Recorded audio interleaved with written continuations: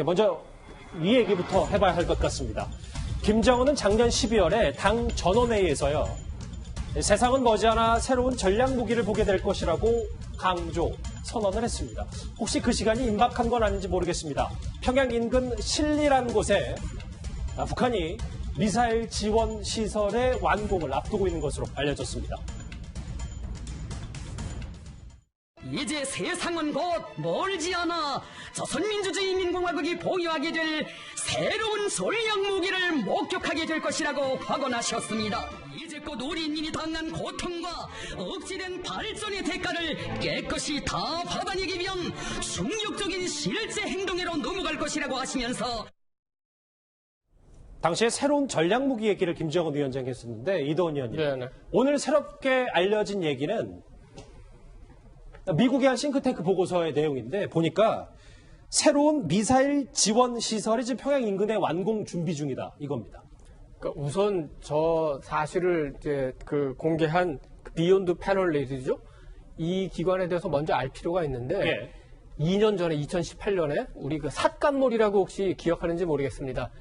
미국 CSIS 전략국제문제연구원에서 북한이 비공개 미사일 시설 20개를 갖고 있는데 그중에 13개를 파악했다면서 처음으로 공개한 게 삿간몰이였는데 오늘 이번에 공개한 저 기관도 같은 기관입니다. 비욘드 패럴레. 그래서 그 연장선상에서 있다고 보면 될 것 같고 이번에 발표한 거는 역시 어떤 화성 15, 화성 14 같은 RCM 미사일 자체라기보다는 지금 그림에 나오는 대로 시설을 얘기하는 건데 이 시설이 평양 북서쪽 그리고 순안 공항의 남서쪽에 있고 기존의 미사일 기지로 잘 알려진 산음리하고도 굉장히 가깝습니다.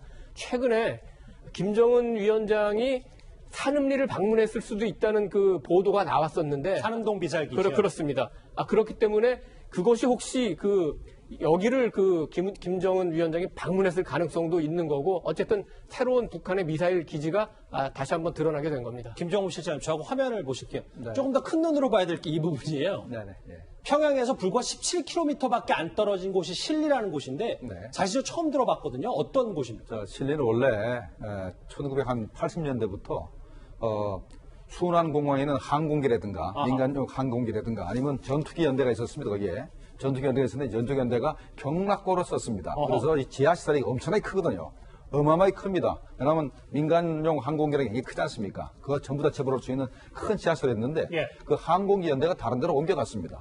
그래서 거의 안 쓰다가 최근 들어서 이걸 갖다가 2016년부터 미사일 기지를 만들기 위해서 움직임이 있었고 현재 보이는 저런 건물들은 벌써 외부처럼 완공이 됐고 현재 내부 공사를 하고 있습니다.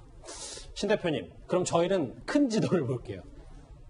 차량 이동형으로 연결된, 요즘 얘기하는 드라이브스루로 연결된 대형 건물 3개가 이렇게 하나, 둘, 3개 보이는데 이게 지금 알려지기로는 대륙간 탄도미사일 ICBM도 수용 가능한 엄청나게 큰 규모라면서요?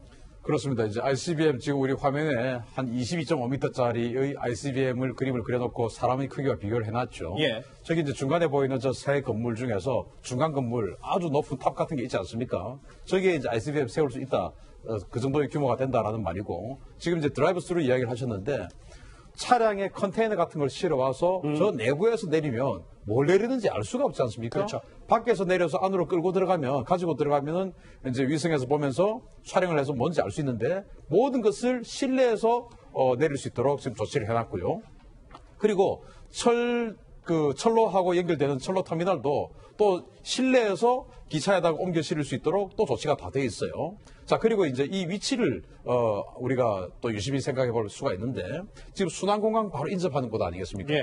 자, 그러면은 북한이 탄도미사일을 만들려고 하면은 이 탄도미사일 부품 모든 것들이 전부 유엔 제재에 의해서 다 제한되어 있습니다. 못 들어가요. 그러면은 북한은 이 모든 것을 밀수를 해야 됩니다. 하다못해 컴퓨터 칩부터 금속재인 드랄루민 같이 모든 것을 이제 밀수를 해야 되니까 여기는 순안공항에서 바로 가까우니까 화물로 밀수를 할 수 있고 해서 바로 가지고 올 수 있고 남포 항하고 가깝기 때문에 남포항에서 또 화물선으로 밀수한 것을 또 바로 가져올 수 있고 한 그런 아주 밀수한 재료들을 가져올 수 있는 아주 가까운 것이죠. 그리고 이제 비밀리에 실어 나눌 수 있는 이런 장소를 불과 몇 년 사이에 만들었다. 북한이 굉장히 강력한 전략 무기 대량으로 생산할 수 있는 가능성이 있다고 봅니다. 대략적으로는 이해는 되는데 신 대표님 질문 하나 더요. 네. 여기 가려진 철로 터미널도 있고 20m가 넘는 높이의 ICBM도 시험이 가능할 정도의 높이다라는 게 위성사진에 포착이 된 건데 그러면 산흥동 기지도 있잖아요. 네. 이거는 그러면 신리 미사일 지원 기지인데 네. 그럼 역할 분담이 지금 북한으로서는 확실히 되어 있는 겁니까? 저는 여기에서 미사일을 발사한다든지 뭐 한다고는 보지 않습니다. 지금 이제 방금 이제 앵커께서 미사일을 발사 실험 이렇게 말씀하셨는데 예. 이곳은 미사일 발사 실험보다는 조립해서 최종 배급하는 곳. 지원 기지다. 그렇죠. 그렇게 봐야 되고 그렇게 판단합니다. 저는 생각이 좀 다릅니다. 아하.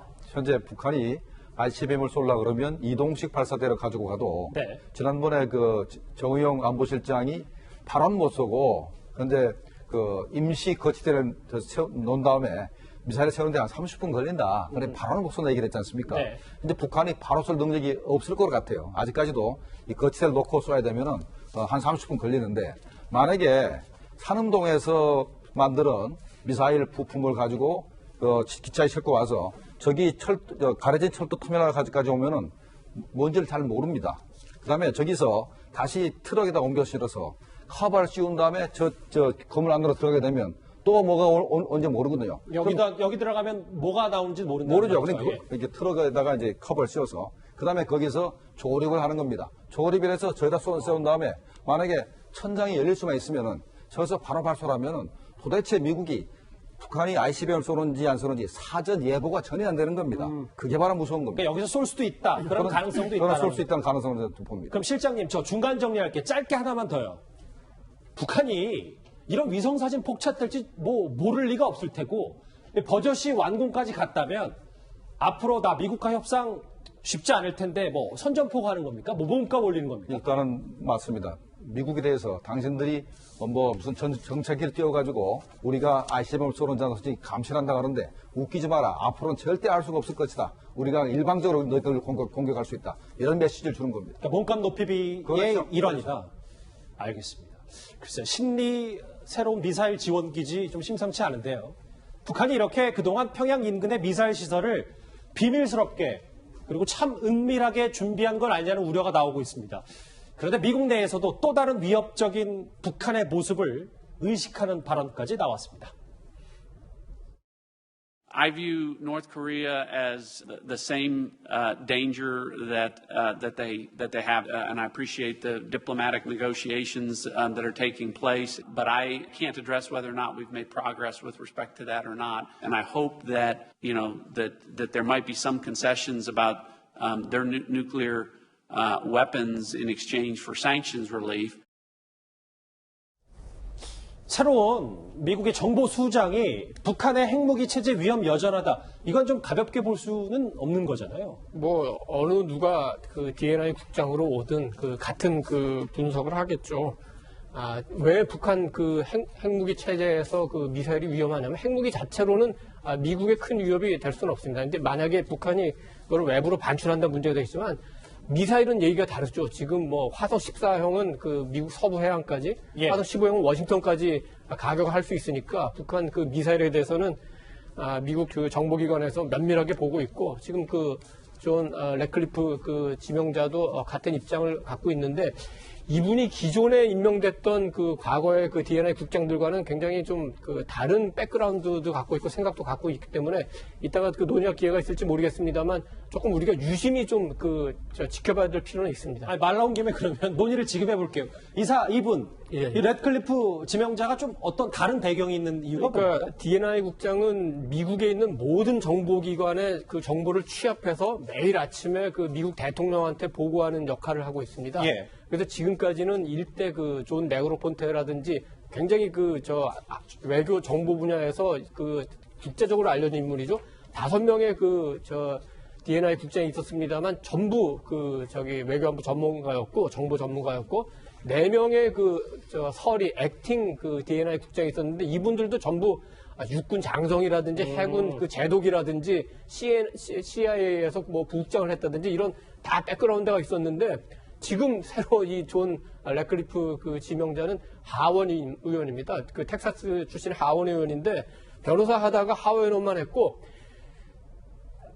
트럼프 대통령이 처음 임명했던 이 트럼프 정권의 DNI 국장도 하원 의원이긴 했습니다만 독일 대사도 하고 외교관 경험이 있었습니다만 이분은 순수하게 정치인이고 또 미국의 가장 보수적인 싱크탱크 헤리티지에서 미국의 모든 하원 의원 중에서 가장 보수적이라고 꼽힌 인물 중에 하나가 바로 이 존 래클리프이기 때문에 굉장히 주목하는데 사실은 지난해에도 예. 한번 트럼프 대통령이 이분을 DNI 국장으로 지명을 했습니다만 상원에서 너무 정보를 정치적으로 이용할 가능성이 있다 이렇게 해서 그때는 거부를 했는데 이번에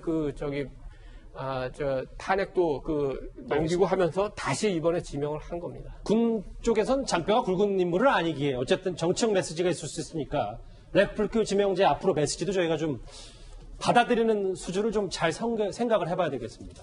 그런데 래클리프 지명자의 말은 지금의 외교수장인 폼페이오 국무장관의 발언과는 다소 거리가 있습니다.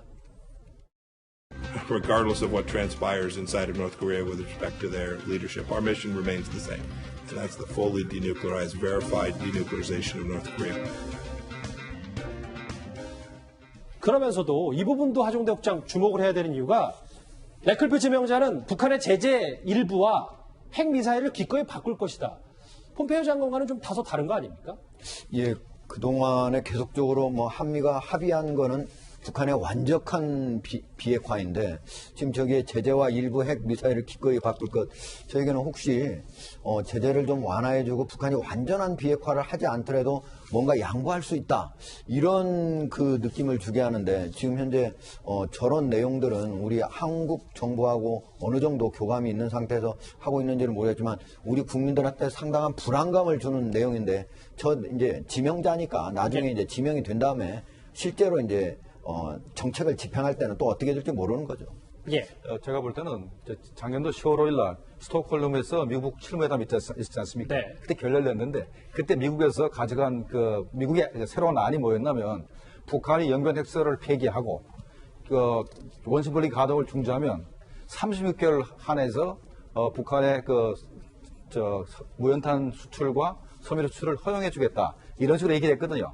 그러니까 미국이 제재를 일부 해제해가지고 북한의 핵탄도 늘리는 걸 좀 이렇게 줄이겠다 이런 의미에서 래클리프가 지금 얘기를 한 것 같습니다. 그렇기 때문에 좀 원래 기조와 다른 건 아니다 이렇게 생각을 합니다. 신 대표님, 네. 이번 주제 마무리하기 전에 저 이 얘기는 꼭 짚어보고 싶어요.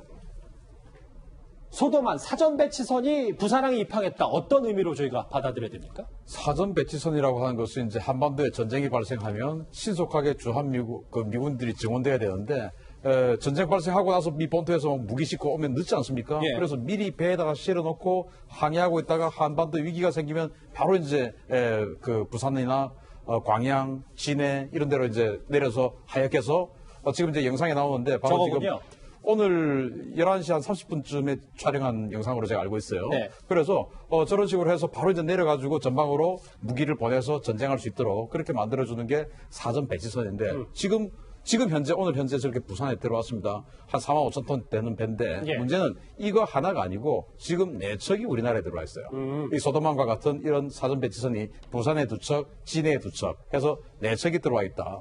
그게 좀 의문스러운 거예요. 그러니까 하나만 더 질문을 드리면 네. 지금 그냥 일반 저 같은 민간인들이 봤을 때는 별 문제가 없어 보이는데 지금 안보상에 네. 미군의 움직임은 계속해서 지금 늘어나고 있다 이렇게 봐야 되겠네요. 그렇죠. 저 사전 배치선 하나에 한 개 기가 몇 안을 중무장시킬 수 있는 탱크, 장갑차, 자주포 이 모든 것이 실려 있는 게 바로 저 사전 배치선인데 저 사전 배치선 4척이 들어와 있고 그 중에서도 진해에 들어와 있는 한 척은 기록상으로는 공군 탄약 그러니까 공군의 미사일과 폭탄을 적재하고 있는 그 사전 배치선이 또 진해에 들어와 있어요. 이런 것들을 보면 우리가 모르는 뭔가 군사적 상황은 좀 진행되고 있는 것은 아닌가라는 의문이 남는 겁니다. 미 정보수장의 핵무기 경고 얘기까지 정리를 해봤습니다.